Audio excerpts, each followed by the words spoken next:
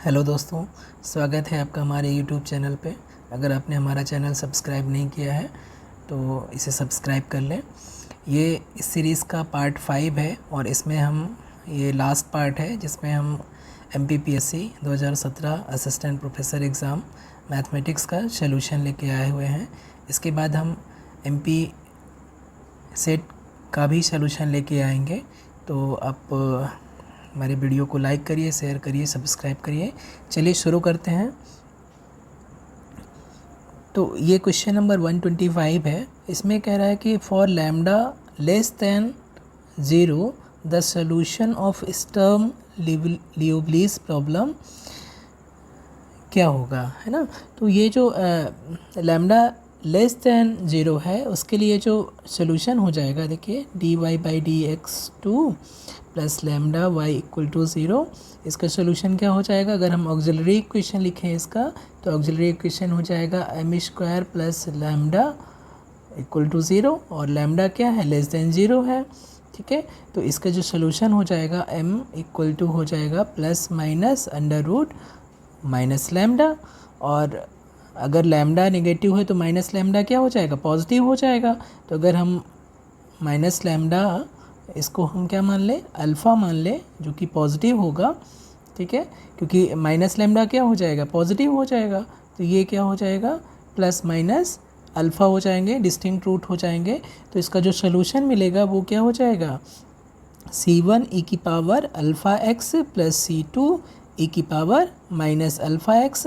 अब यहाँ पर जो इनिशियल कंडीशन दिया है वो क्या दिया हुआ है, y0 इक्वल टू 0, ये इम्प्लाई करेगा C1 plus C2 equal to 0, और y पाई इक्वल टू 0 दिया है, ये इम्प्लाई करेगा C1 e की power alpha pi plus C2 e की power minus alpha pi equal to 0। अब यहाँ से इसके नॉन ट्रिवियल सोल्यूशन के लिए ये डिटर्मिनेंट आपका 0 होना चाहिए, e की पावर अल्फ़ा पाई e की पावर माइनस अल्फ़ा पाई। अगर ये डिटर्मिनेंट आपका 0 हो गया तो C1 C2 के लिए एक नॉन ट्रिवियल सोल्यूशन मिलेगा।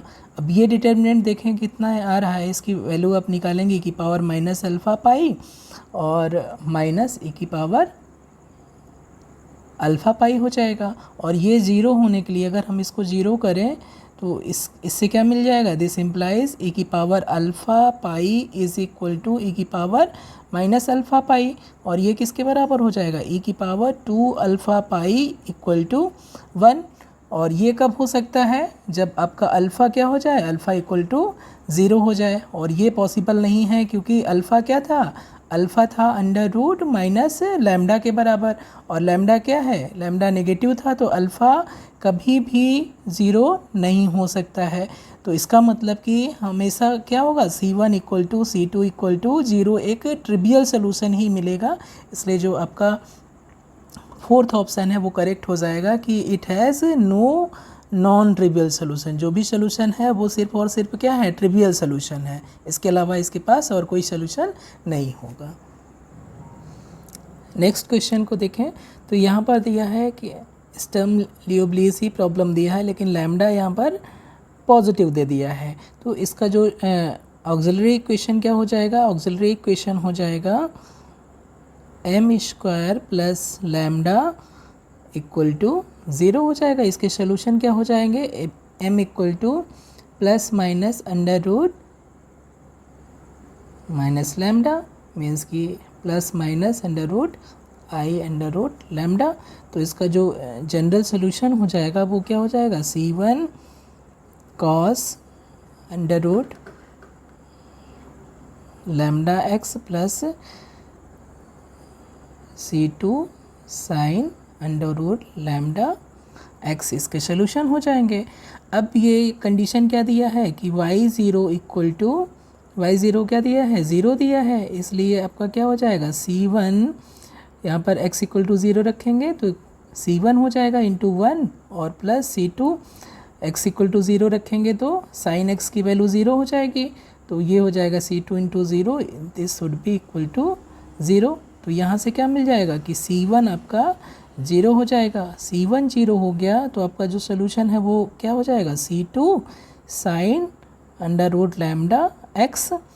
अब ये क्या हो जाएगा, यहाँ से अगर हम सेकेंड वैल्यू रखें पाई सॉरी एल पर क्या वैल्यू दे रहा है, एल पर वैल्यू दे रहा है ज़ीरो, इसलिए ये हो जाएगा C2 sine under root lambda into L equal to कितना हो जाएगा, ज़ीरो हो जाएगा। अगर हमने C2 को यहाँ पर ज़ीरो ले लिया आइडेंटिकली तो सोल्यूशन आपका क्या हो जाएगा, ट्रिवियल सोल्यूशन हो जाएगा। ठीक है, तो नॉन ट्रिवियल सोल्यूशन के लिए हमें क्या करना पड़ेगा कि sine under root lambda times L equal to zero consider करना पड़ेगा। और ये ज़ीरो कब हो सकता है, जब under root lambda into L equal to क्या हो जाए, एन पाई हो जाए। ठीक है, एन पाई जहाँ पर N belong to any integer Z. ठीक है, तो यहाँ से लैम्डा की वैल्यू क्या आ जाएगी, under root lambda equal to N pi by L हो जाएगा। और इसलिए लैम्डा इक्वल टू क्या हो जाएगा, लैम्डा इक्वल टू हो जाएगा N square pi square upon L square. और एन कोई भी है इंटीजर रखेंगे जेड में, तो जैसे ही एन इक्वल टू 1 2 रखेंगे तो आपका हो जाएगा 1 square pi square by 1 square L square. फिर एन इक्वल टू 2 रखेंगे तो ये हो जाएगा 2 स्क्वायर पाई स्क्वायर यानी कि 4 pi square by L square. और ऐसे ही आपका होता रहेगा। तो जो ऑप्शन है वो क्या हो जाएगा, आपका फर्स्ट ऑप्शन करेक्ट हो जाएगा। ठीक है, ये आपके क्या कहलाते हैं, ये जो लैम्डा की वैल्यू जिसके लिए सोल्यूशन मिलता है उसी को हम आइगन वैल्यूज़ कहते हैं। तो आपके कितने आइगन, ये सभी आइगन वैल्यूज है जहाँ पर आपको सोल्यूशन मिलेंगे। एन अगर नेगेटिव रखेंगे तो आपका ये एन स्क्वायर करेंगे तो पॉजिटिव ही हो जाएगा। एन इक्वल टू अगर आपने ज़ीरो ले लिया तो आपका लैम्डा इक्वल टू क्या हो जाएगा, ज़ीरो हो जाएगा, तो भी सोल्यूशन क्या हो जाएगा, ट्रिवियल हो जाएगा। इसलिए एन इक्वल टू ज़ीरो यहाँ पर फर्स्ट ऑप्शन में इंक्लूड नहीं किया गया है। नॉन ट्रिवियल सोल्यूशन स्टर्म लियोब्लीज का नॉन ट्रिवियल सोल्यूशन के लिए जो आइगन वैल्यू है वो आपके यही हो जाएंगे हमेशा। ठीक है, चाहे एन पॉजिटिव इंटीजर रखेंगे नेगेटिव इंटीजर रखेंगे, हमेशा आइगन वैल्यूज़ यही रहेंगे, क्योंकि लैम्डा इक्वल टू क्या है, ये फार्मूला आया है। ठीक है, और lambda equal to N equal to zero के लिए हम स्किप करते हैं, क्योंकि उसके लिए लैम्डा ज़ीरो जैसे ही करेंगे तो आपका ट्रिवियल सोल्यूशन मिल जाएगा। इसलिए नॉन ट्रिवियल सोल्यूशन के करस्पॉन्डिंग जो आइगन वैल्यू है वही जो नॉन ट्रिवियल सोल्यूशन जिसके लिए मिलता है, जिस लैम्डा के लिए, वही आइगन वैल्यू है। तो ये आपके आइगन वैल्यूज़ हो जाएंगे। तो फर्स्ट ऑप्शन आपका करेक्ट हो जाएगा।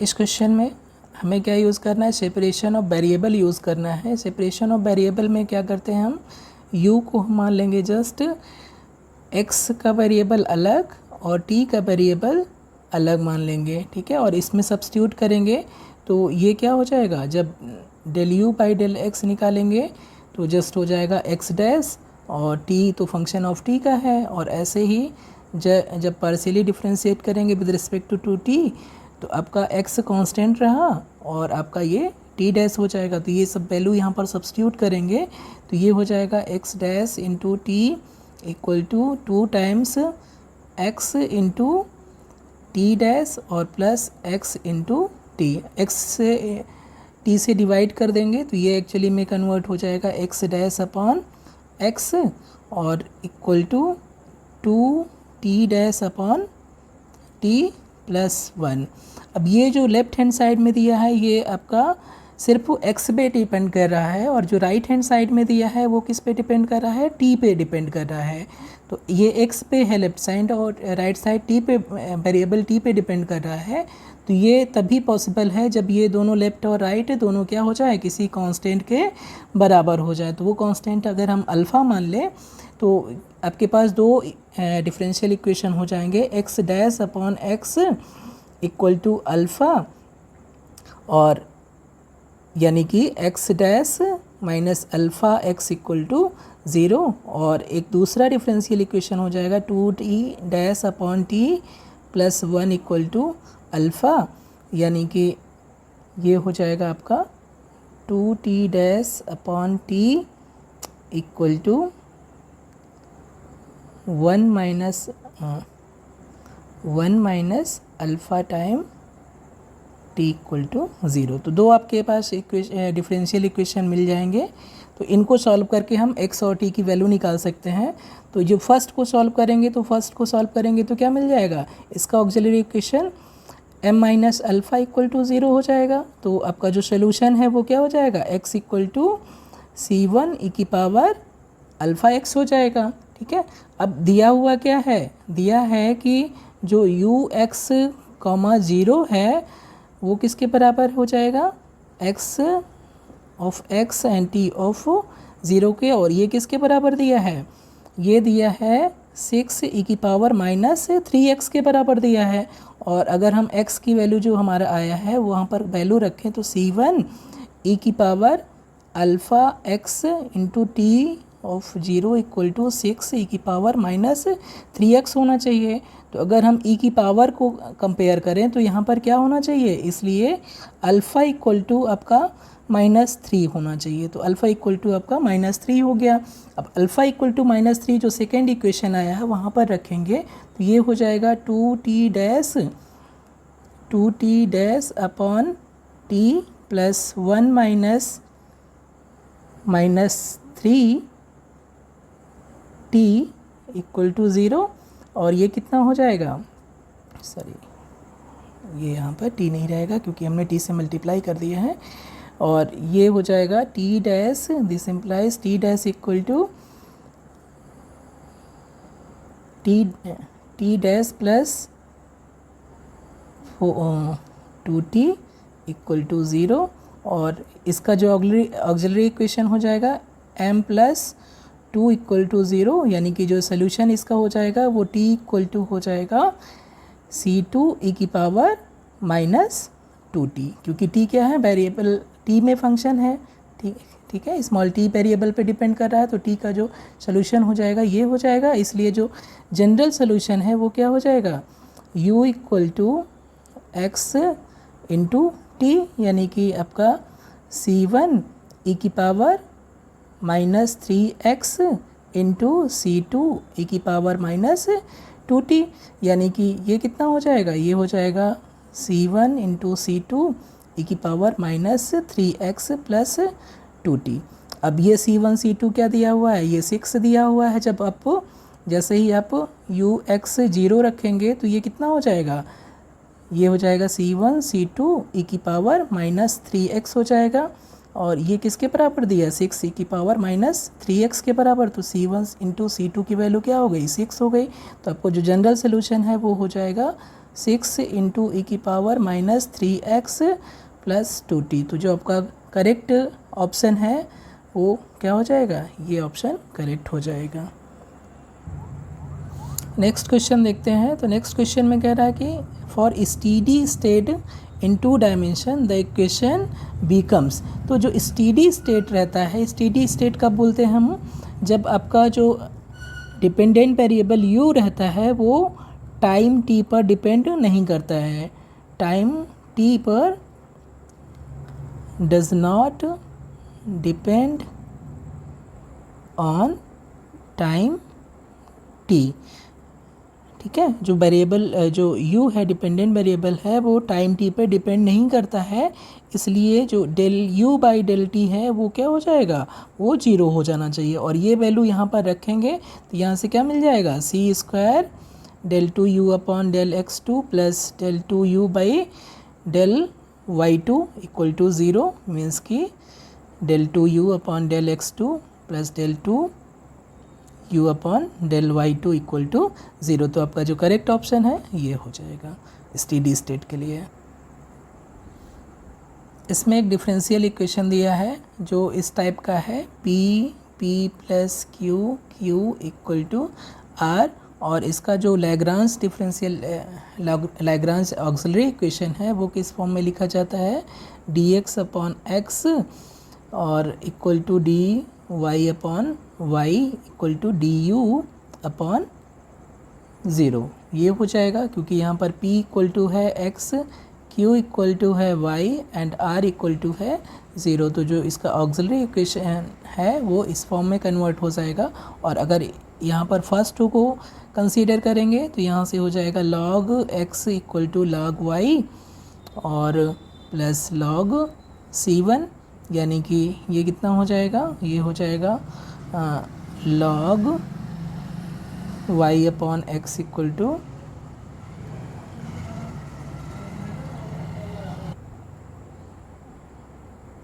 log x upon y equal to c1, या सॉरी log c1, और इसी को हम लिख सकते हैं कि x upon y equal to c1 और y upon x equal to 1 upon c1 equal to c2।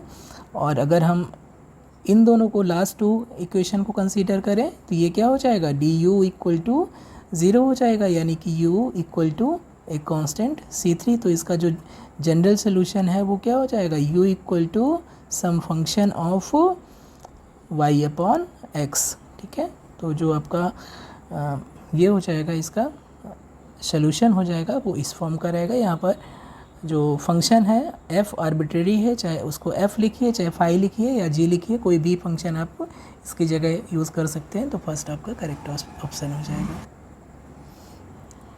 अगर आपका पार्शियल डिफरेंशियल इक्वेशन में ऐसा फैक्टर है alpha d plus beta d dash plus gamma, ठीक है, तो इस फैक्टर के करस्पॉन्डिंग जो सोल्यूशन मिलता है वो क्या होता है, वो सोल्यूशन होता है e की power minus gamma upon alpha x into some function f beta x minus alpha y।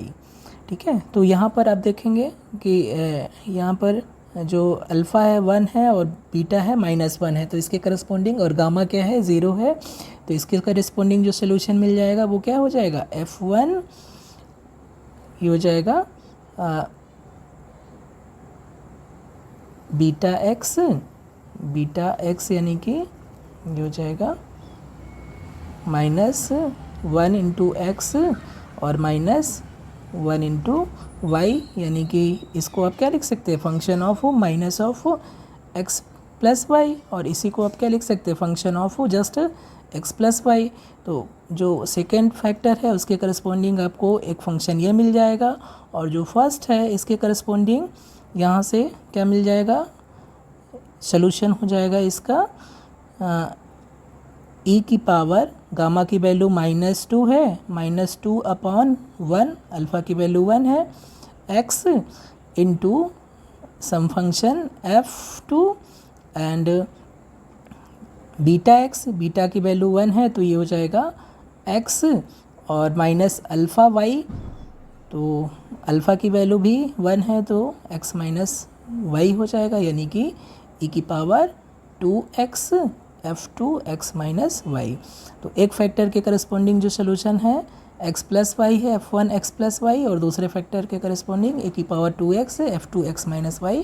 तो जो आपका करेक्ट आंसर है ये फर्स्ट हो जाएगा। ये जो differential equation, partial differential equation दिया है, ये एक स्पेशल टाइप का है। Euler equation for homogeneous function से ये सॉल्व हो जाएगा। Euler equation for homogeneous function क्या होता है कि अगर कोई f है वो n variable x1 x2 xn पे डिपेंड कर रहा है, और ये ऐसा है कि होमोजीनियस फंक्शन है of k degree in n variable. ठीक है, लाइक कि जैसे आपका f क्या हो जाए, f इक्वल टू हो जाए x1 की पावर k प्लस x2 की पावर k और प्लस 3 टाइम्स प्लस लास्ट में आपका x n की power k।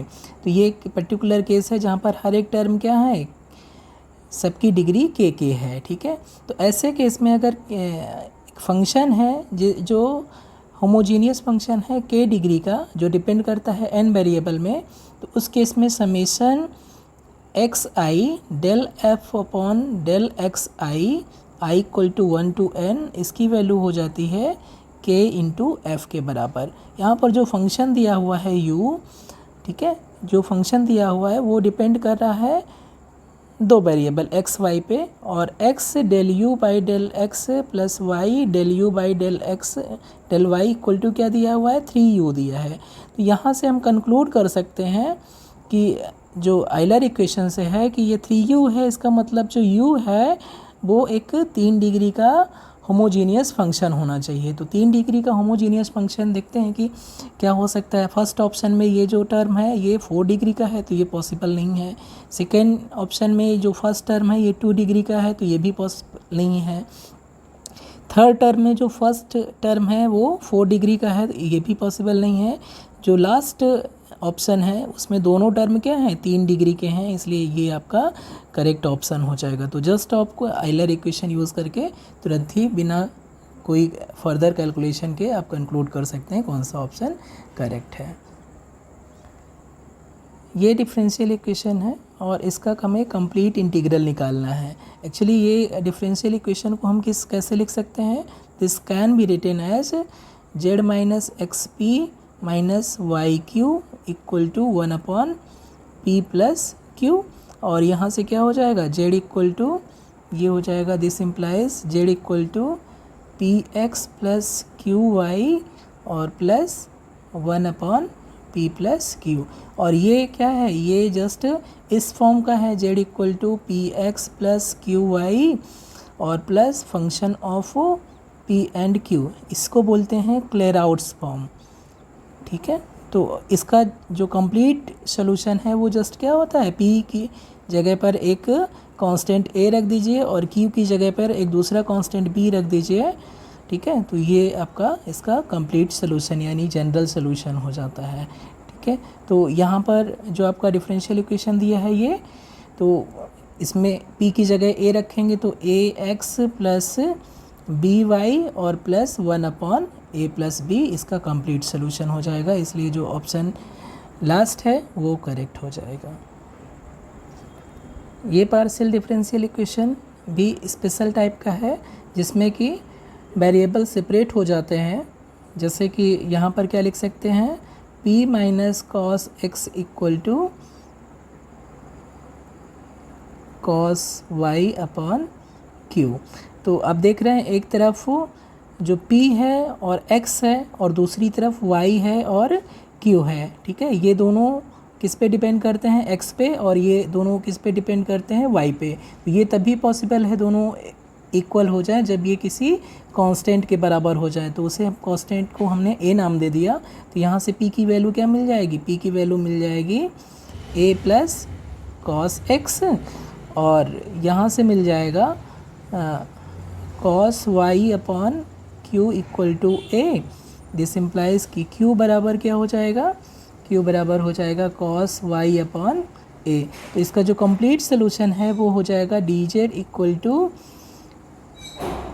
P d x plus q d y, ऐसे दिया जाता है। तो dz इक्वल टू पी और q की वैल्यू रख दें तो p की वैल्यू है a plus cos x d x और प्लस q की वैल्यू है cos y upon a d Y.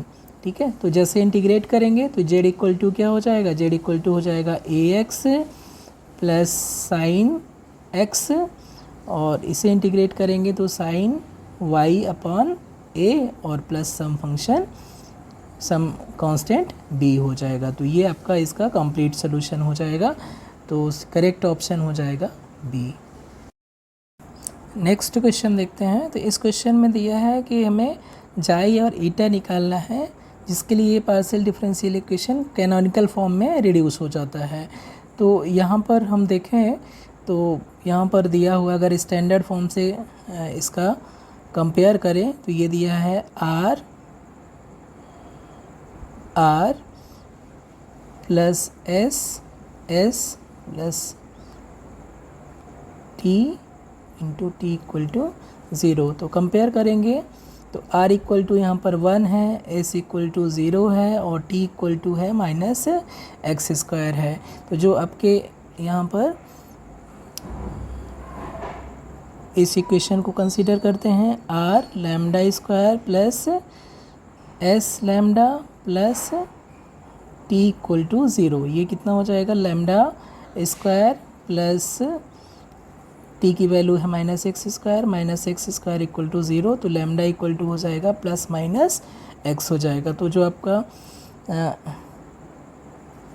dy by D x दो आपको डिफरेंट डिस्टिंक्ट रूट मिल गए हैं, लैम्डा 1 इक्वल टू एक्स और lambda 2 equal to minus X. तो D Y by D x और प्लस एक्स इक्वल टू 0 का solution क्या हो जाएगा, इसका सोल्यूशन हो जाएगा d y plus x d x equal to 0 हो जाएगा, यानी कि y plus x square by 2 equal to some constant c1 हो जाएगा। और ऐसे ही अगर हम लैम्डा 2 के करस्पॉन्डिंग निकालेंगे तो D Y by D x minus x equal to 0 को जो सोल्यूशन मिलेगा वो हो जाएगा y minus x square upon 2 equal to some constant c2। तो जो ये वैल्यू y है y प्लस एक्स स्क्वायर 2, ये आपकी जाई की वैल्यू है, ठीक है। और y minus x square by 2 ये किसकी वैल्यू है, ईटा की वैल्यू है, ठीक है। तो जो आपका करेक्ट आंसर है बी हो जाएगा। ये जो स्पेशल है ये जो फंक्शन है जाई और ईटा एक्स और वाई के, ये अगर हम सब्स्टिट्यूट करते हैं तो ये आपका पार्शियल डिफरेंशियल इक्वेशन आपका चेंज हो जाएगा किसमें, कैनोनिकल फॉर्म में। अगर हम यहाँ पर स्टैंडर्ड फॉर्म से कंपेयर करके अगर कोफिशिएंट को निकालें तो यहाँ पर जो यू एक्स एक्स का कोफिशिएंट है वो आपका आर कहलाता है। तो r equal to y square दिया है और एस इक्वल टू यहाँ पर 0 दिया है। एस किसका कोफिशिएंट होता है, डेल ये होता है यू एक्स वाई का कोफिशिएंट। तो यू एक्स वाई यहाँ पर है ही नहीं, तो इसलिए एक्स इक्वल टू 0 हो जाएगा। और यहीं पर कई बार हम गलती करते हैं, इसको मान लेते हैं हम एस की वैल्यू, क्योंकि यहाँ पर यू एक्स वाई एक्चुअली में नहीं है, ठीक है, लेकिन हम ये मान लेते हैं कि ये S equal to 2x Y है। तो यहीं पर प्रॉब्लम हो जाती है और हम मिस्टेक करके चले आते हैं। तो यहाँ पर r equal to y square है, एस इक्वल टू 0 है और t capital t equal to है एक्स स्क्वायर। तो जो आपका इसका नेचर डिपेंड करता है वो एस स्क्वायर माइनस 4RT पे डिपेंड करता है। तो एस स्क्वायर माइनस 4RT की वैल्यू हो जाएगी 0 स्क्वायर माइनस 4R की वैल्यू है y और t की वैल्यू है एक्स स्क्वायर।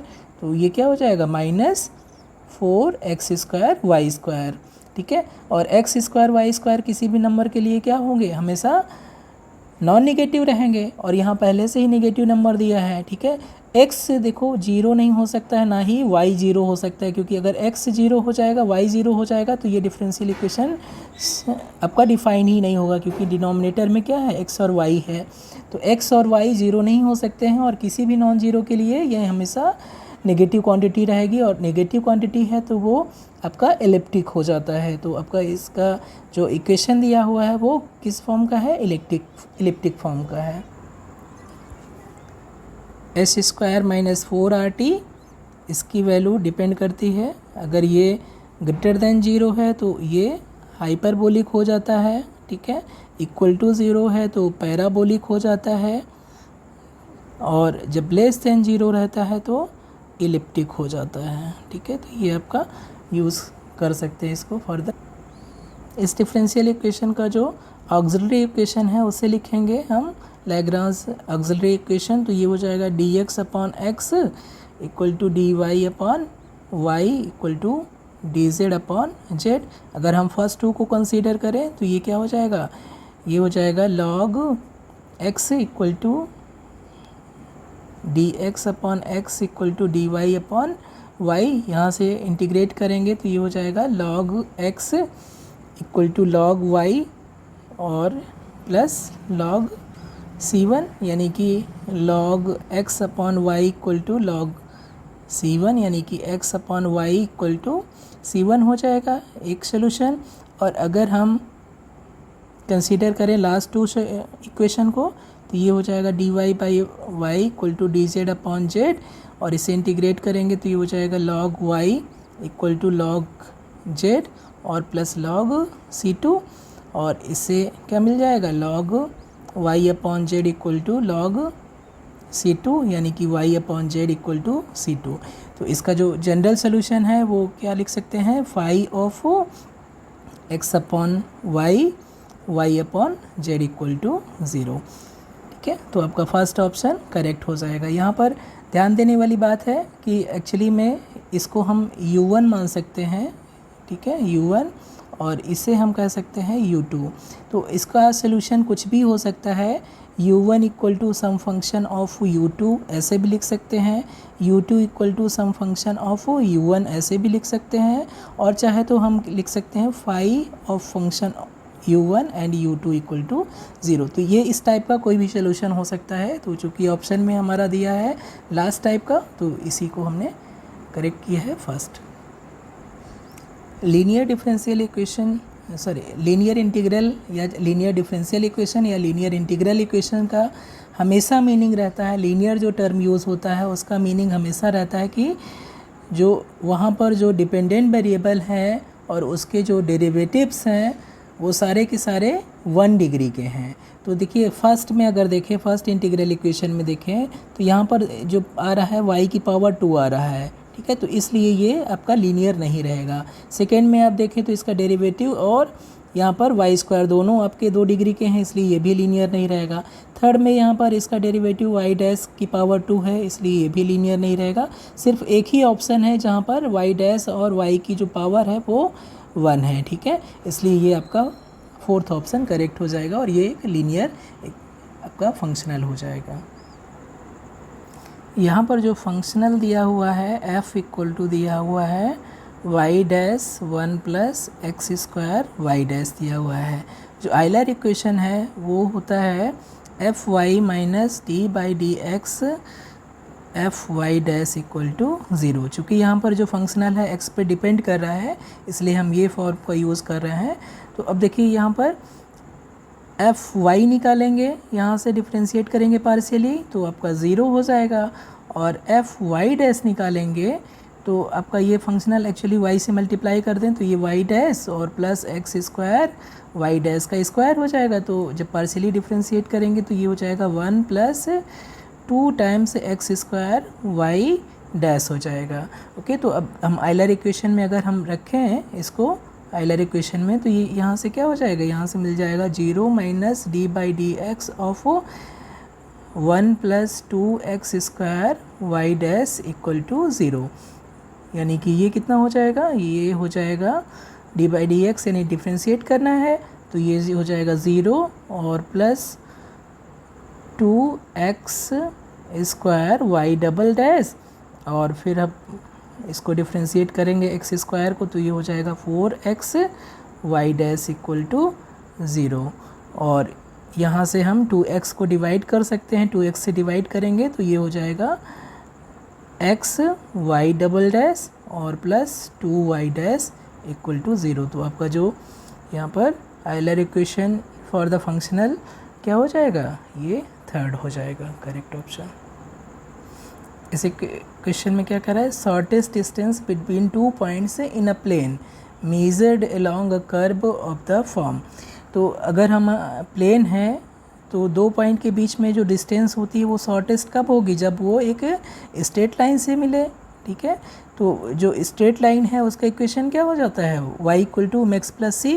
तो जो आपका शॉर्टेस्ट डिस्टेंस है अगर हम स्ट्रेट लाइन के अलोंग मेज़र करेंगे तो ही हमें शॉर्टेस्ट डिस्टेंस मिलेगी, इसलिए करेक्ट ऑप्शन सेकंड हो जाएगा। यहाँ पर जो फंक्शनल दिया हुआ है वो एक्चुअली में x पे डिपेंड नहीं कर रहा है, ठीक है, इसलिए जो आइलर इक्वेशन है वो हम यूज़ करेंगे f minus y dash f Y dash equal to some constant c1। यहाँ पर f क्या है, y square minus y dash square. तो अगर हम f equal to y square minus y dash square है तो जो इसका partial derivative with respect to y dash ये कितना हो जाएगा, -2 वाई डैश। और इसमें अगर हम रखेंगे आइलर इक्वेशन में तो ये हो जाएगा y square minus y dash square और माइनस वाई डैश, और एफ ऑफ वाई डैश की वैल्यू रखेंगे तो -2 y dash equal to some constant c1 हो गया। तो ये कितना हो जाएगा, दिस इम्प्लाइज वाई स्क्वायर और प्लस ये माइनस है और ये प्लस हो जाएगा और एक कैंसिल हो जाएगा तो y dash square equal to c1 हो जाएगा।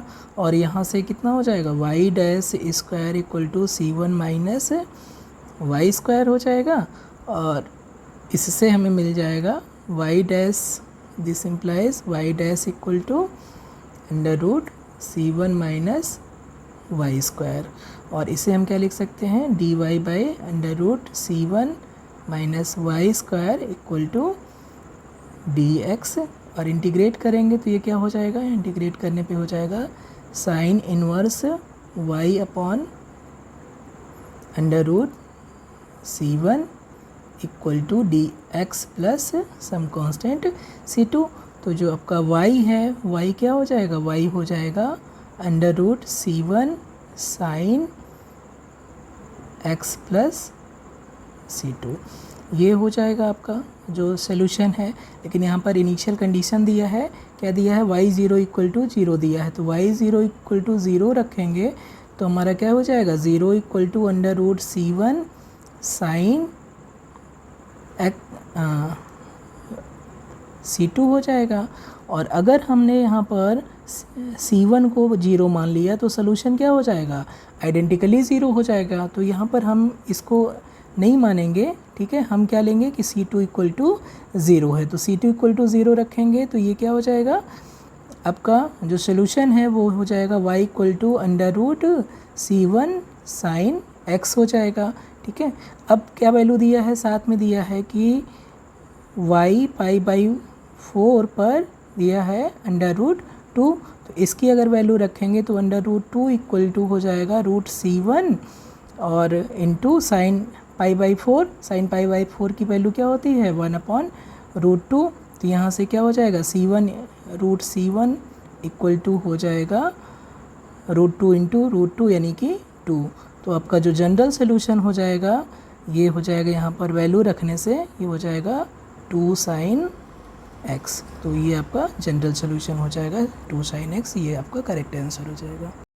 इस इक्वेशन में देख रहे हैं दो y और z दो डिपेंडेंट वेरिएबल हैं, तो यहाँ पर जो आयलर इक्वेशन है वो क्या हो जाएगा, f इक्वल टू यहाँ पर है y dash square plus z square plus z dash square. तो Euler equation for y variable ये क्या हो जाएगा, del f del y minus D by D x of F Y dash हो जाएगा इक्वल टू 0, और फॉर z वेरिएबल ये हो जाएगा del f by del z minus D by D x of F y z dash equal to 0 हो जाएगा। तो यहाँ से फर्स्ट से आपका क्या हो जाएगा, क्योंकि यहाँ पर del f by del y निकालेंगे तो ये वैल्यू क्या हो जाएगी, 0 हो जाएगी, तो ये हो जाएगा 0 minus D by D x of F Y dash की वैल्यू क्या हो जाएगी 2y डैश हो जाएगा इक्वल टू 0, यानी कि ये कितना हो जाएगा y double dash equal to 0।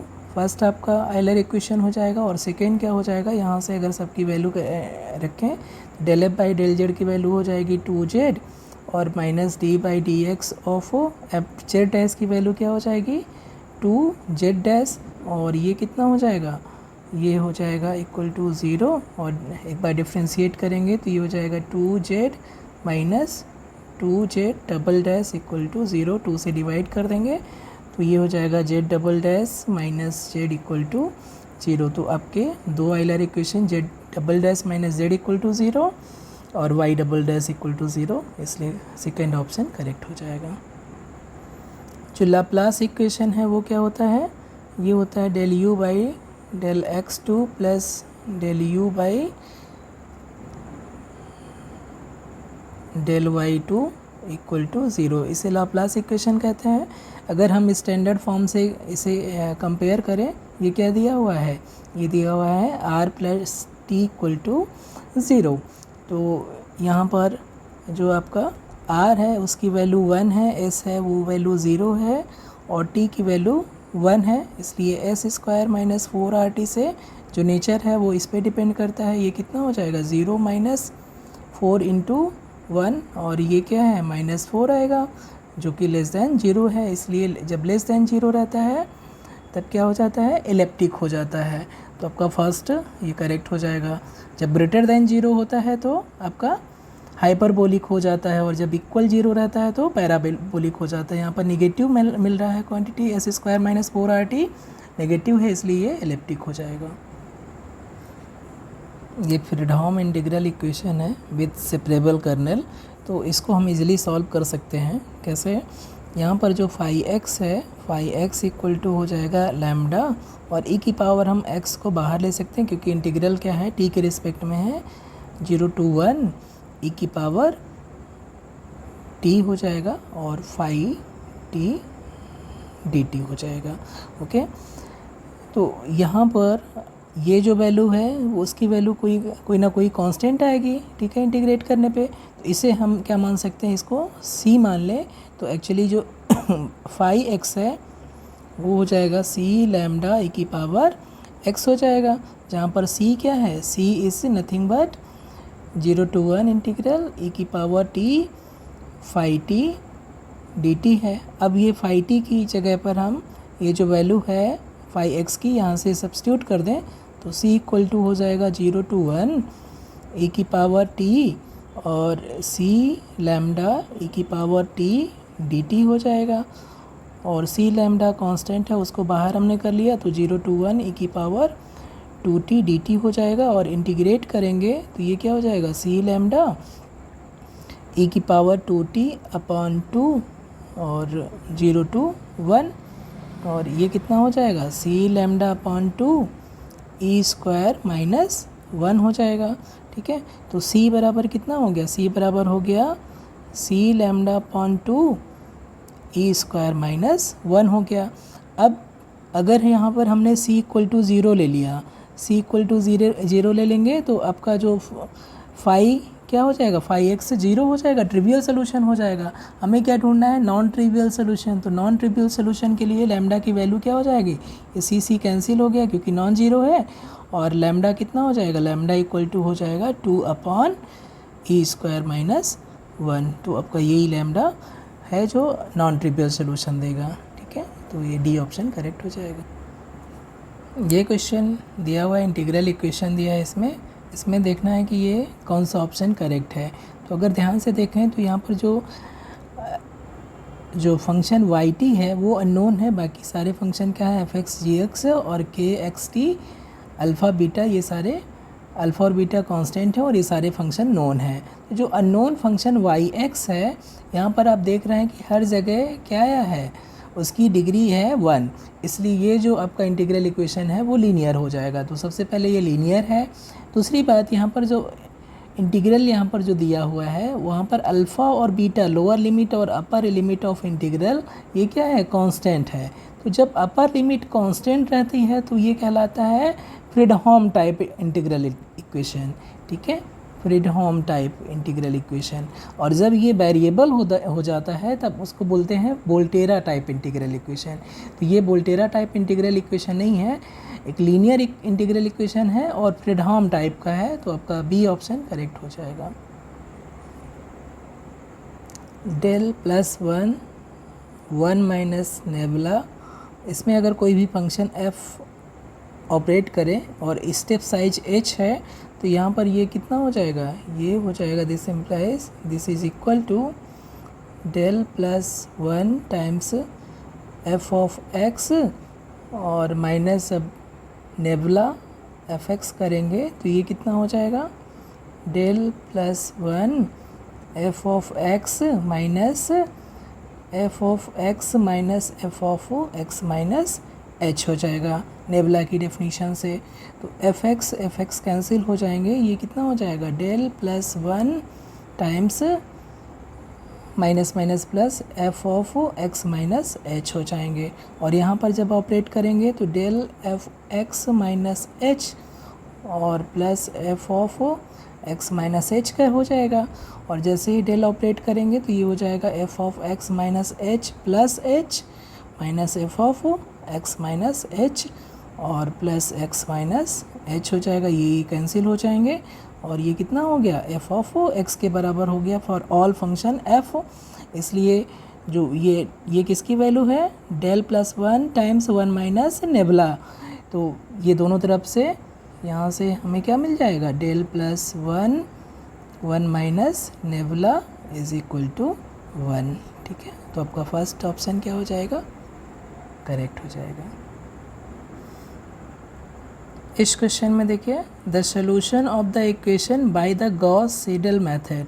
अब चूँकि यहाँ पर हमें करेक्ट ऑप्शन ढूंढना है तो जो भी सोल्यूशन होगा ये तीनों इक्वेशन को सेटिस्फाई करेगा। किसी भी मेथड से लगाए इससे कोई फ़र्क नहीं पड़ता है क्योंकि वो डिटेल यहाँ पर मेंशन होगी ही नहीं।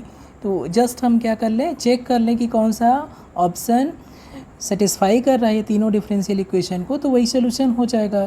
ठीक है, तो आप चेक करेंगे तो ये आपका सेटिस्फाई नहीं करेगा। फर्स्ट को आप देखेंगे, ये फर्स्ट के लिए 5 × 2 + 2 × 1 और +3 हो जाएगा और ये कितना हो जाएगा, ये हो जाएगा 15। तो फर्स्ट इक्वेशन आपका सेटिस्फाइड नहीं होगा तो ये सोल्यूशन नहीं हो सकता है। आप इसे देखेंगे यहाँ पर तो ये क्या हो जाएगा 5 × 1 + 2 × 2 +3 और ये कितना हो जाएगा 12 हो जाएगा। ऐसे ही बाकी दोनों इक्वेशन सेटिस्फाई हो जाएंगे तो ये आपका करेक्ट आंसर हो जाएगा। आपको इसमें जस्ट कुछ भी नहीं करना है, जस्ट आप तीनों इक्वेशन को सेटिस्फाइड कर लें। जो भी आपका सोल्यूशन होगा उससे वो तीनों इक्वेशन सेटिस्फाइड हो जाएंगे तो वही सोल्यूशन हो जाएगा। तो आपका करेक्ट आंसर बी हो जाएगा। जस्ट इसको क्रॉस वेरीफाई करना है, आपको सोल्यूशन ढूंढना नहीं है बल्कि इसको जो ऑप्शन में दिया हुआ है उसी से वेरीफाई कर लेना है। ये क्वेश्चन बहुत ही इंटरेस्टिंग है। इसमें कह रहा है कि union of any two convex subset of r. Convex set है वो क्या हो सकता है, जैसे फॉर एग्जांपल एक सेट ले रहे हैं ए इक्वल टू इंटरवल 0 1, ये कन्वेक्स है क्योंकि इंटरवल है, और बी इक्वल टू हम ले लें 2 2 3। तो ए यूनियन बी क्या हो जाएगा, ए यूनियन बी हो जाएगा 0 2 1 और यूनियन 2 2 3, और ये एक इंटरवल नहीं है इसलिए ये कन्वेक्स नहीं हो सकता है। तो जो यूनियन है टू कन्वेक्स सेट का वो कन्वेक्स नहीं है, ज़रूरी नहीं है। ये दोनों क्या है, ये कन्वेक्स है लेकिन कंपैक्ट नहीं है, तो इनका यूनियन यहाँ पर कंपैक्ट नहीं है। ओपन इंटरवल है दोनों, ये कंपैक्ट सेट नहीं है। तो union of two convex subsets of r need not be compact, तो ये भी ऑप्शन इनकरेक्ट है। ज़रूरी नहीं कि बाउंडेड हो जाए, क्योंकि अगर आप ले लें -∞ to 0 ले लें और ए इक्वल टू ये कन्वेक्स है और बी इक्वल टू क्या ले लें, जस्ट 0 to ∞ ले लें, तो ए यूनियन बी करेंगे तो क्या आ जाएगा, पूरा का पूरा आर आ जाएगा। और ये क्या है, अनबाउंडेड है। तो दो कन्वेक्स सबसेट का यूनियन ज़रूरी नहीं है कि बाउंडेड हो, तो ऑप्शन ये भी इनकरेक्ट हो जाएगा। तो ये correct option none of these हो जाएगा। इस क्वेश्चन में देखिए y1 = 4, y3 = 12, y4 = 19 दिया है और yx की वैल्यू 7 दिया हुआ है। तो आपको x की वैल्यू कैलकुलेट करना है। जो इस टाइप के क्वेश्चन रहते हैं बिना कैलकुलेटर के इसे निकालना बहुत आसान नहीं होता है, तो कॉम्पिटिटिव एग्ज़ाम में इस टाइप के क्वेश्चन को हमेशा इग्नोर करना चाहिए। ये आपका बहुत सारा टाइम आपका ख़राब कर देंगे। तो मैं इसलिए जानबूझ के इस क्वेश्चन को यहाँ पर सॉल्व नहीं कर रहा हूँ, और कभी भी इस टाइप के क्वेश्चन को सॉल्व करने की कोशिश भी नहीं करना चाहिए कॉम्पिटिटिव एग्ज़ाम में।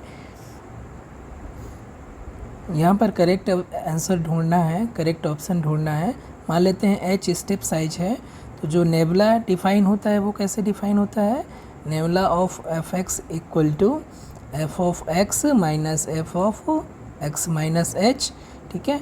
और जो e डिफ़ाइन होता है शिफ्ट ऑपरेटर e⁻⁻1 कैसे डिफ़ाइन होता है, f of x में डिफ़ाइन करेंगे तो लेफ़्ट साइड में शिफ्ट कर जाएगा, means f of x - h हो जाएगा।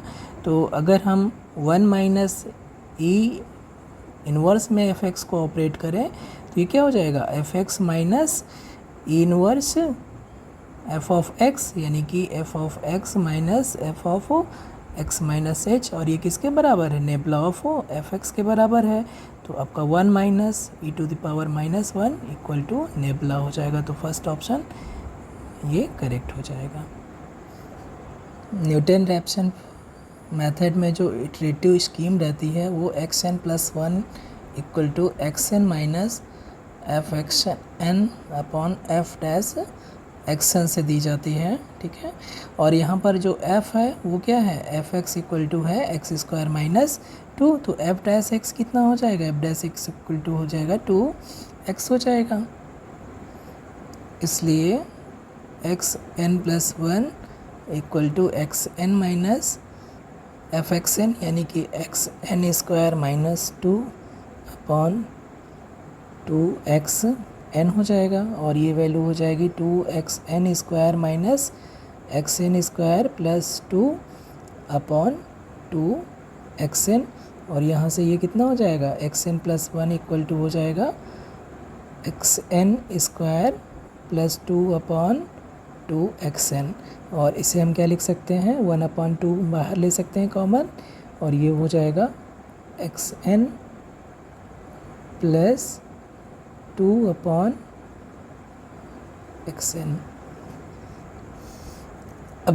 अगर हमारा x1 इक्वल टू 1 से स्टार्ट करते हैं, हम x1 इक्वल टू 1 से स्टार्ट करते हैं, तो x2 कितना हो जाएगा 1/2, 1 प्लस 2/1 यानी कि 3/2 हो जाएगा। ठीक है, x3 इक्वल टू ऐसे निकालेंगे तो 1/2 और ये 3/2 प्लस 2/3/2 हो जाएगा।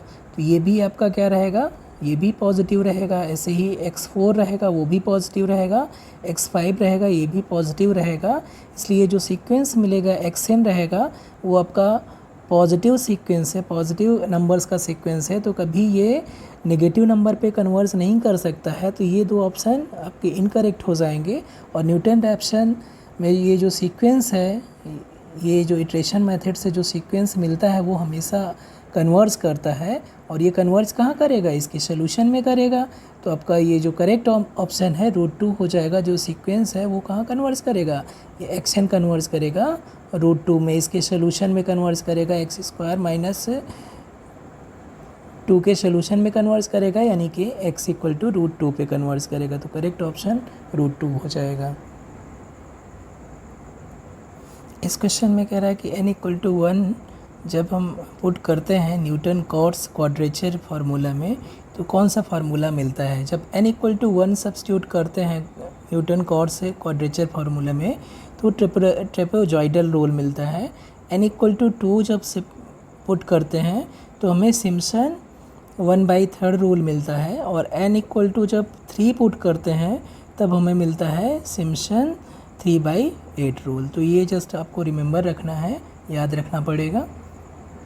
तो आपका करेक्ट आंसर सी हो जाएगा। इस क्वेश्चन को सॉल्व करने के लिए, इस इंटीग्रल को सॉल्व करने के लिए हमें ज़रूरत पड़ेगी लाइब्निज़ रूल की, जो बताता है कि कैसे हम डिफ्रेंशिएट कर सकते हैं under the sign of integration. तो अगर हम डिफ्रेंशिएट करें, differentiate with respect to x on both side, तो ये हो जाएगा 1 इक्वल टू राइट साइड में, और पहले हमें पार्शियली डिफ्रेंशिएट करना पड़ेगा 0 to x del by del x 3 to the power x और इंटू 3 की पावर -t और 5t dt ये हो जाएगा। और प्लस आपको क्या करना है कि जहाँ पर t है 3 की power x minus upper limit x into 5 of x हो जाएगा, और अपर लिमिट का डिफ्रेंशिएशन करना होगा x के रिस्पेक्ट में, यानी कि x को डिफ्रेंशिएट करेंगे तो 1 हो जाएगा, और माइनस 3 की power x minus lower limit, t की जगह लोअर लिमिट, और 5 ऑफ 0, और 0 को डिफ्रेंशिएट करेंगे तो 0 हो जाएगा। तो आपका क्या आ जाएगा, ये हो जाएगा 1 इक्वल टू पार्शियली डिफ्रेंशिएट करेंगे तो ये हो जाएगा 0 to x और 3 की पावर x log 3 और 3 की पावर -t 5t dt और प्लस 5 ऑफ x हो जाएगा। ठीक है, और ये कितना हो जाएगा, ये हो जाएगा this implies 1 equal to log 3 अगर हम बाहर ले लें तो ये हो जाएगा 0 to x 3 की पावर x -t और 5t dt और प्लस 5x। और ये क्या है वैल्यू, जो वैल्यू गिवन थी, ये वैल्यू अगर हम ध्यान से देखें तो ये क्या है, x के बराबर है। तो ये क्या हो जाएगा, यहाँ से हो जाएगा 5 ऑफ x इक्वल टू हो जाएगा 1 माइनस x log 3। तो आपका जो करेक्ट ऑप्शन है ये हो जाएगा सी, आपके रेफरेंस के लिए मैं लेबनीज़ रूल को यहाँ पर मेंशन कर दे रहा हूँ कि d by D x of u x to be x function of t and x, ठीक है। और ये है आपका differentiation integration with respect to t. तो ये बाय लेबनीज़ रूल ये हो जाता है u टू बी पार्शियली पहले डिफ्रेंशिएट करो f को x के रिस्पेक्ट में, ठीक है। और प्लस क्या करना है आपको, जहाँ पर t है वहाँ पर रख देना है अपर लिमिट यानी कि b x और अपर लिमिट को डिफ्रेंशिएट कर देना है x के रिस्पेक्ट में, माइनस जहाँ t है वहाँ लोअर लिमिट रख देना है और लोअर लिमिट को डिफ्रेंशिएट कर देना है u डैश x। तो ये आपका लेबनीज़ रूल है, ठीक है। इसी का हमने यहाँ पर यूज़ किया है, ये आपके रेफरेंस के लिए है। नेक्स्ट क्वेश्चन में कह रहा है कि जो इनिशियल वैल्यू प्रॉब्लम है उसको हमें, ये जो इंटीग्रल इक्वेशन है उसके करस्पॉन्डिंग जो इनिशियल वैल्यू प्रॉब्लम है उसको निकालना है। तो अगर आप देखें ध्यान से यहाँ, तो अगर x इक्वल टू 0 रख देंगे तो क्या मिल जाएगा, y ऑफ 0 इक्वल टू हो जाएगा 1 प्लस 0 to 0 और समथिंग यहाँ पर y ऑफ t dt। अब ये वैल्यू क्या हो जाएगी, ये वैल्यू 0 हो जाएगी, यानी कि y ऑफ 0 इक्वल टू क्या होना चाहिए, 1 होना चाहिए। तो आपका ये ऑप्शन इनकरेक्ट हो गया, ये ऑप्शन इनकरेक्ट हो गया, दो ही ऑप्शन आपके बचे हुए हैं। अब हम अगर एग्जैक्ट निकालना चाहते हैं तो हमें इसी लेबनीज़ रूल का यूज़ करना पड़ेगा। तो अगर हम पार्शियली डिफ्रेंशिएट करें दोनों तरफ x के रिस्पेक्ट में, तो ये हो जाएगा y dash equal to partially differentiate कर रहे हैं x के रिस्पेक्ट में, तो 1 को डिफ्रेंशिएट करेंगे तो 0 हो गया, प्लस हमें पार्शियली डिफ्रेंशिएट करना होगा 0 to x और यहाँ पर del by del x of y T D t, ठीक है, और plus y of upper limit और अपर लिमिट का डिफ्रेंशिएशन यानी कि 1 minus lower limit into lower limit का डिफ्रेंशिएशन यानी कि 0 हो जाएगा। और ये वैल्यू क्या हो जाएगी, यहाँ पर पार्शियली x के रिस्पेक्ट में डिफ्रेंशिएट करना है तो ये वैल्यू आपकी 0 हो गई, यानी कि ये हो जाएगा yx और प्लस 0 यानी कि y dash minus yx equal to 0, y double dash sorry y dash y equal to 0। ये आपका डिफरेंशियल इक्वेशन हो जाएगा with initial condition y 0 equal to 1। तो आपका करेक्ट ऑप्शन बी हो जाएगा। नेक्स्ट क्वेश्चन आपका एक होमोजीनियस फ्रीडहम इंटीग्रल इक्वेशन से रिलेटेड है और ये बहुत ही अच्छा क्वेश्चन है जो अक्सर कॉम्पिटिटिव एग्ज़ाम में पूछा जाता है, CSIR नेट में भी पूछा जाता है, सेट में भी पूछा जाता है और PSC के एग्ज़ाम में भी पूछा जाता है कि इस हम इंटीग्रल इक्वेशन के जो आइगन वैल्यू हैं वो क्या होंगे। इसका जो आइगन वैल्यू होता है lambda equal to plus minus 1/पाई होता है। अगर आप याद रखेंगे तो आपका बहुत सारा टाइम बच जाएगा, नहीं तो इसको सिस्टमेटिकली कैलकुलेट करने में कम से कम 5 मिनट लग जाते हैं। तो चलिए हम सॉल्व करते हैं इसे। यहाँ पर जो फंक्शन दिया हुआ है उसे हम लिख सकते हैं yx equal to lambda times 0 to 2 pi sine x plus t को हम एक्सपेंड कर रहे हैं तो ये हो जाएगा sine x cos t plus cos x sine t, ठीक है। इसके फार्मूले से जैसे ही हम एक्सपेंड करेंगे टाइम्स वाई टी, तो ये दो इंटीग्रल में ब्रेक हो जाएगा और वो क्या हो जाएगा, lambda 0 to 2 pi sine 2x cos T Y T और D T plus lambda times 0 to 2 pi cos x sine T Y T D T. अगर हम यहाँ पर साइन x को बाहर ले लें तो ये हो जाएगा lambda times sine x, sine 2x नहीं, साइन x ये आपका बाहर हो जाएगा और 0 to 2 pi cos T Y T D T plus यहाँ पर कॉस टी, आप कॉस एक्स बाहर हो जाएगा तो लैम्डा कॉस एक्स, और ये हो जाएगा 0 to 2 pi sine T Y T D T. ये आपकी एक कोई ना कोई रियल वैल्यू होगी, क्योंकि ये एक डेफिनेट इंटीग्रल है, ये भी एक कांस्टेंट होगा, तो हम इसको नाम दे देते हैं C1 और इसको नाम दे देते हैं C2। तो आपका जो वाई एक्स हो जाएगा, वाई एक्स इक्वल टू हो जाएगा lambda C1 sine x plus lambda times C2 cos x, जहाँ पर C1 क्या है, C1 is 0 to 2 pi integral cos T Y T D T है, और जो C2 है वो है 0 to 2 pi sine T Y T D t. यहाँ पर अगर हम वाई टी की वैल्यू सब्स्टिट्यूट कर दें समीकरण 1 से, तो हमें क्या मिल जाएगा, C1 बराबर हो जाएगा, C1 बराबर 0 to 2 पाई और कॉस टी, और वाई टी की वैल्यू हो जाएगी lambda times C1 sine T और plus lambda times C2 cos T D T. ये हम कहाँ कर रहे हैं, बाय यूजिंग इक्वेशन फर्स्ट।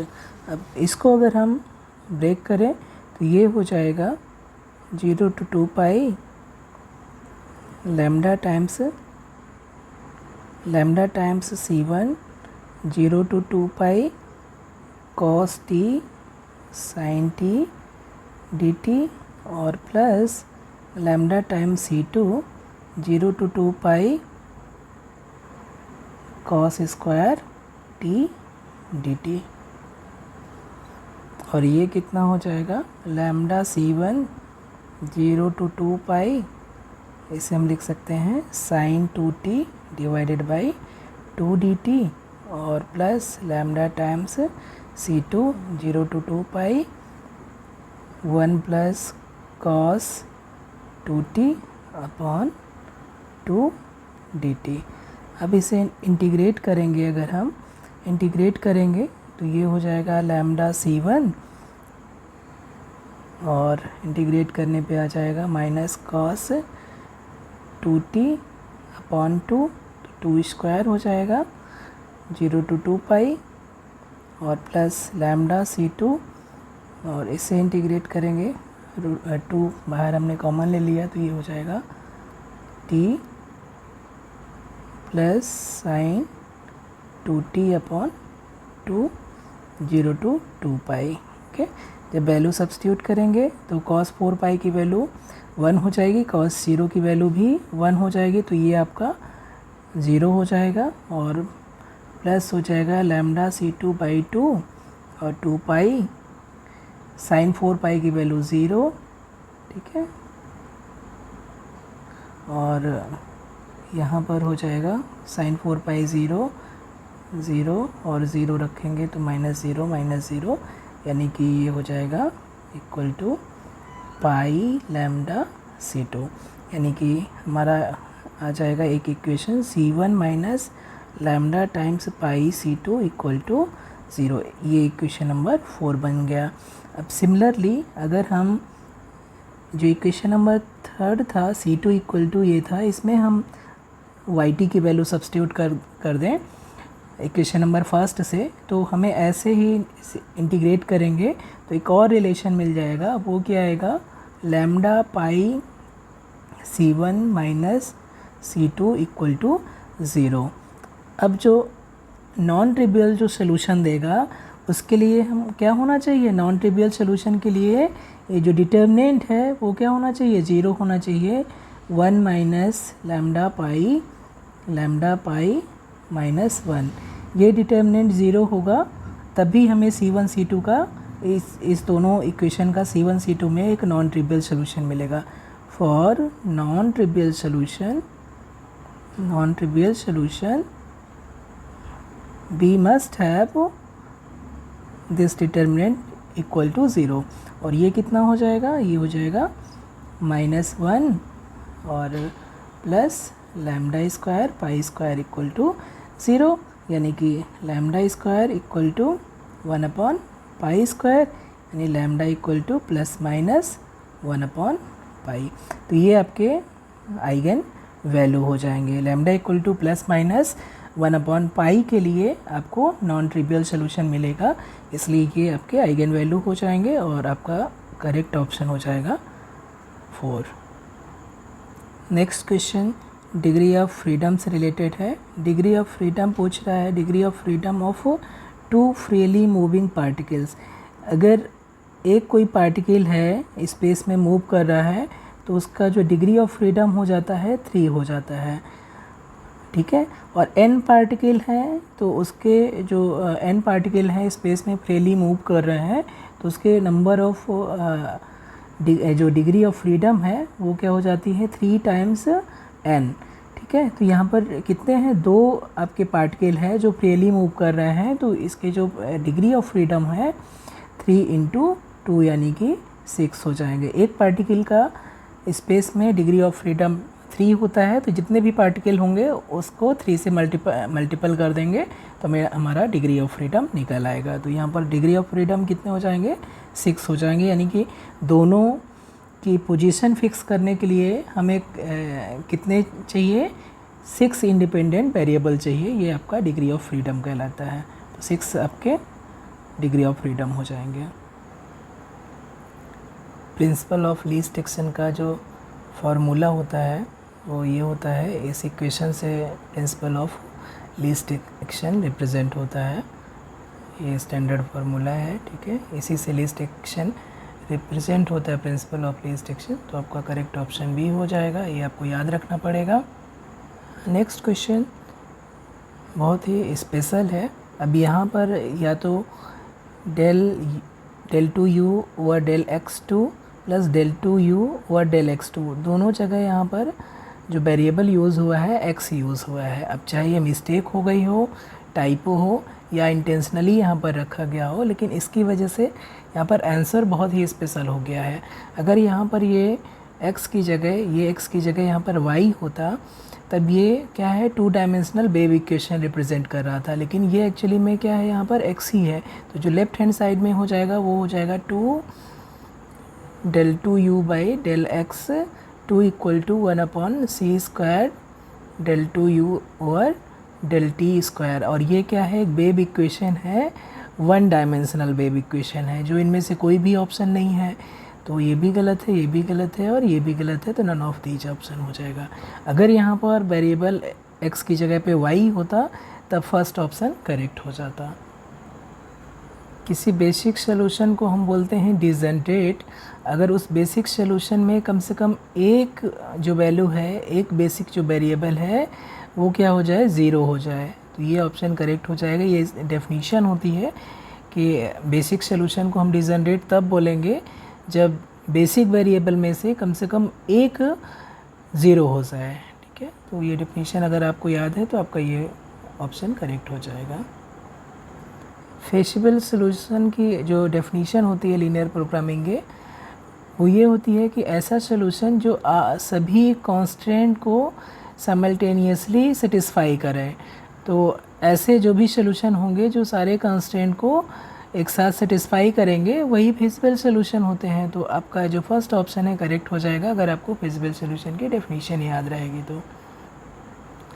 इस क्वेश्चन में फिजिबल रीज़न पूछ रहा है और जो कांस्टेंट है इससे रिप्रेजेंट हो रहा है। तो आप अगर देखेंगे फर्स्ट जो दिया हुआ है x1 plus x2 less than equal to 1, अगर इसको हम ड्रॉ करें तो ये हो जाएगा आपका, ये मान लीजिए यहाँ पर 1 है, ये 1 है, 1, 0, 0, 1, तो आपका जो लाइन है ऐसे जाएगी और ये इधर का पोर्शन ये यानी कि ये पोर्शन रिप्रेजेंट करेगा फर्स्ट, ठीक है। जो आपका है साथ में दिया है क्योंकि x1 is non negative and x2 is also known negative, तो जो फर्स्ट कांस्टेंट से है जो फिजिबल रीज़न ये आ जाएगा। और जो सेकेंड कांस्टेंट दिया है ये, इसको अगर ड्रॉ करें तो ये लाइन है जो 1 0 से पास हो रही है और यहाँ पर 0,3 से जा रही है, 0,3 और 1,0 यानी कि ये, और इसके आउटर रीजन को रिप्रेजेंट कर रहा है। तो आप देख रहे हैं कि इसमें कौन सा पॉइंट है, सिर्फ और सिर्फ इन दोनों फिजिबल रीजन में, ये जो रीजन है इन दोनों से बाउंडेड रीजन है, उनमें जो कॉमन रीजन है वो उसमें सिर्फ एक ही पॉइंट है और वो पॉइंट है 1,0। तो जो फिजिबल रीजन हो जाएगा इन कांस्टेंट से जो बाउंडेड है उसमें कितने एलिमेंट हो जाएंगे, सिर्फ और सिर्फ एक एलिमेंट 1,0। सिर्फ 1,0 पर ही ये दोनों एक दूसरे को कट कर रहे हैं, टच कर रहे हैं, बाकी और कहीं पर इंटायरली डिफरेंट है। ये जो सेकेंड कांस्टेंट है उससे उसका जो रीजन बाउंडेड है वो ये आउटर रीजन है इस लाइन के बाहर का, और यहाँ इसके अंदर का पोर्शन इधर का लेफ्ट साइड का डाउन साइड का ये जो फर्स्ट कांस्टेंट दिया है। लेकिन यहाँ पर क्या दिया है कि x1 x2 दोनों पॉजिटिव हैं, तो सिर्फ और सिर्फ आपका फर्स्ट जो क्वाड्रेंट है उसमें आपके जितने भी हैं उसी रीजन को कंसीडर किया जाएगा। तो यहाँ पर सिर्फ और सिर्फ एक ही सिंगलटन 1,0 पर ही दोनों टच कर रही हैं लाइन, इसलिए इसके जो फिजिबल रीजन में सिर्फ और सिर्फ एक एलिमेंट सिंगलटन सेट हो जाएगा ये। तो हमने अभी तक में जो एग्ज़ाम में क्वेश्चन पूछे गए थे उनके लगभग सभी क्वेश्चंस के आंसर हमने यहाँ पर सॉल्यूशन दिए हैं।